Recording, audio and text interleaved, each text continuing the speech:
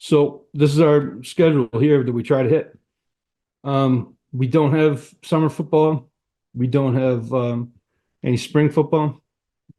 Kids are off playing baseball, lacrosse, soccer. There's a lot of club sports in the area.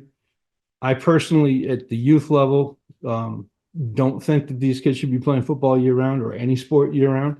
So I tend not to squawk too much about it. But on the other side, we've got 5 offensive days to practice to install this thing before the jamboree. So we kind of cut off and slice up what we want to have going into the jamboree, and that's just scrimmage, a bunch of teams in the state. So that's what we would consider our base offense, and then we have another 4 days of offensive practices to get kind of the rest of it in. We do defensive practice, offensive practice, back and forth, back and forth. This is what our full offense would look like by the end of the season.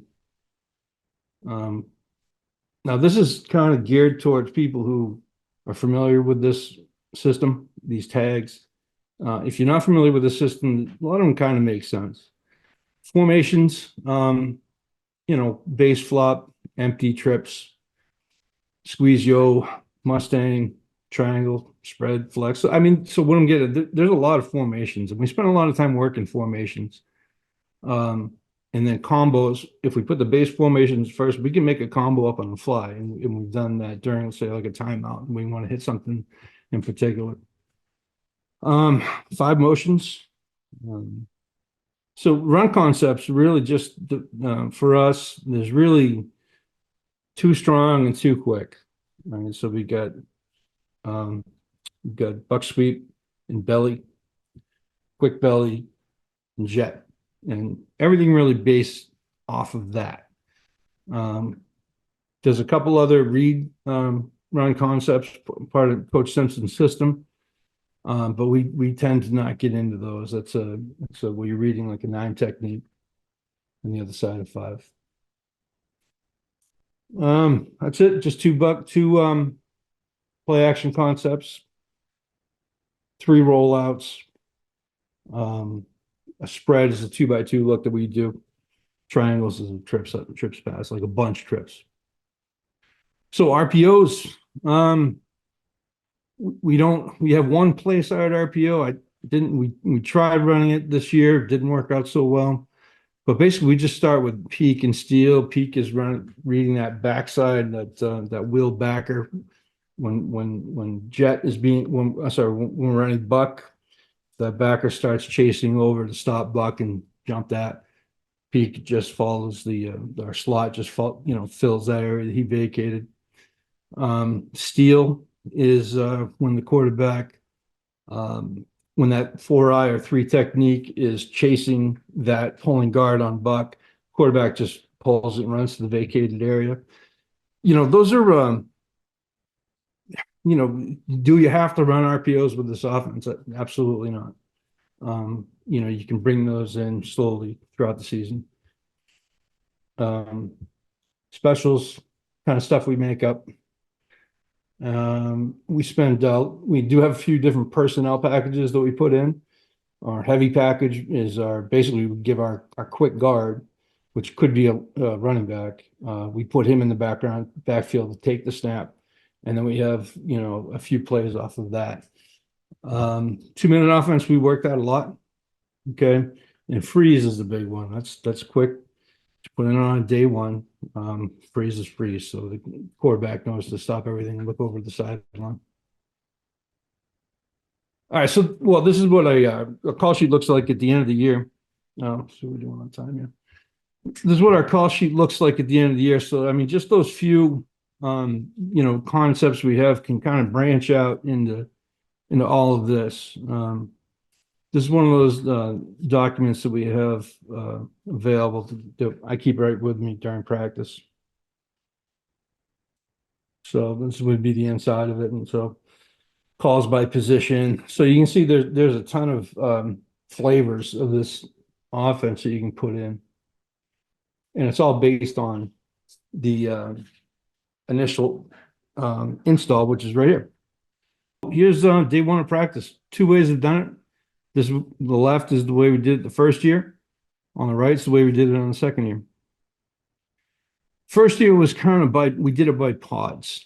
In other words, we just started out, we taught the X or the Y in the slot. We taught them the screen game separately. And then we taught, the offensive line, their blocking separately. We brought in some of the skill players working with the guards to work a buck pod, which is just working on pull wrap and pull kick and following that lead blocker. And then we went right down to pass pro, working routes for the play action, and the offensive line was working pass protection down the other end.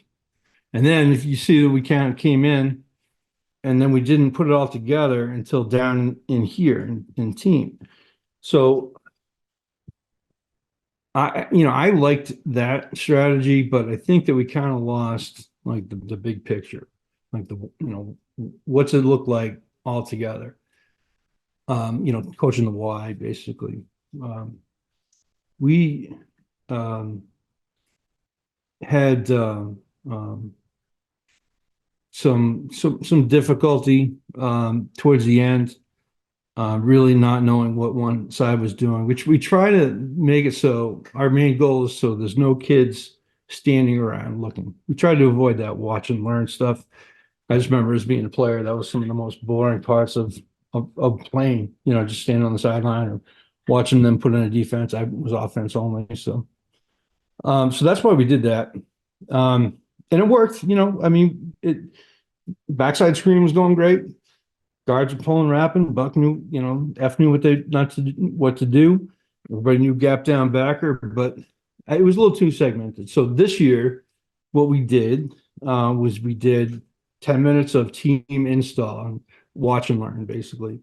We would install, like for the first day, we're just going to do Buck, for example. And for us, we had two teams, so varsity and the JV, and we would put them side by side. And then I would pretty much kind of bounce back and forth. Everybody's within earshot. And I would install it for two teams at once. And then in the beginning, we didn't have a ton of coaches that were familiar with the system. Like, so for example, you see over here, we've got, green would be me. Then we got a backs coach who's familiar. Then we had kind of like full running backs coach that could at least run indies. But over here, it was really this year, it was myself and the head coach, and who the only two guys were familiar with what we're trying to install. So, this is coach intensive over here. Over here is just two guys. So after we got through this period here, okay, all right, now we're going to break off into groups, practice quickly, just the basic steps that you need to be doing, basic things that you're looking at. And then we'll come back, work together against like a scout defense, but against either air or a scout defense. We don't want these kids at this level, worried about getting cleaned up if the blocking didn't happen correctly. So that's one thing we did over here. We put them right up against the scout defense right away. And refinement is just do it against there. Yeah, so that's after day one. So after the first day, this would be what we're kind of looking at for Buck. Okay. So we got good pull wrap, good pull kick, and the biggest thing here is that that F back is looking to turn up field as quick as he can. Good kick, good pull wrap with eyes inside. Excellent job. Empty fly, buck peak. This is an RPO off of buck. Basically our read is in here. This is our slot back, the A. We've been running Buck all the time, and look what they're doing to try to stop Buck. They're starting to overload that. Okay. I think this was a first down call or a second, so this guy's going to blitz it. So it turned out to be a great call. Um, Empty, which brings our F over, fly. This is motion. He runs Buck. So the quarterback is reading here, backside. There's really no backside backer here. They're all cheating over. So that's why we called this. So he's going to either pull it and throw the RPO, which is the slot, to the vacated area, or he's going to just hand it off. And Buck is already running. These guys are already running Buck. He can hand it off there, or he can throw this RPO. So when we're doing these RPOs with the coach, just kind of a coaching point here, I always make sure that I tell them right up front, like, yes, you have that option to do. That's your read. If you're unsure or whatever, or he's wide open, you want to hand it off, hand it off. And we'll never have a problem with that. So none of these RPOs are going to wind up with, the quarterback holding the ball and all by himself. The plays are the ground concept's already going. So this is what it looks like.